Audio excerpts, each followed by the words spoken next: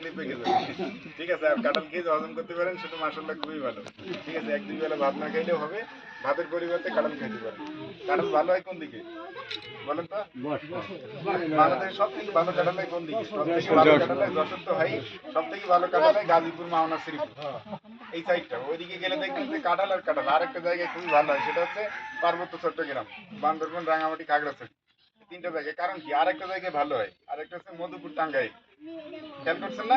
দেখবেন যেসব জায়গার মাটি লাল, একটু লালচে টাইপের, এই 3 জায়গা বললাম, 3 জায়গার মাটি কিন্তু লাল, মাটিতে আয়রনের পরিমাণ বেশি এবং কাঁঠাল খুব ভালো হয়। কারণ হচ্ছে যে মাটিটাও একটু অ্যাসিডিক, মানে একটু একটু অম্ল টাইপের, অ্যাসিডিক মাটিতে কাঁঠাল ভালো হয়। এই জন্য বন বাজারে কাঁঠাল কেন ভালো হয়? এই যে পার্বত্য চট্টগ্রাম, এটা কিন্তু আল্লাহর একটা রহমত। কারণ বন্য প্রাণী সংরক্ষণের জন্য কাঁঠাল একটা গুরুত্বপূর্ণ জিনিস। কারণ বন্য প্রাণী বলতে গেলে কি, যেখানে বানর থেকে শুরু করে সব কিছু থাকবে।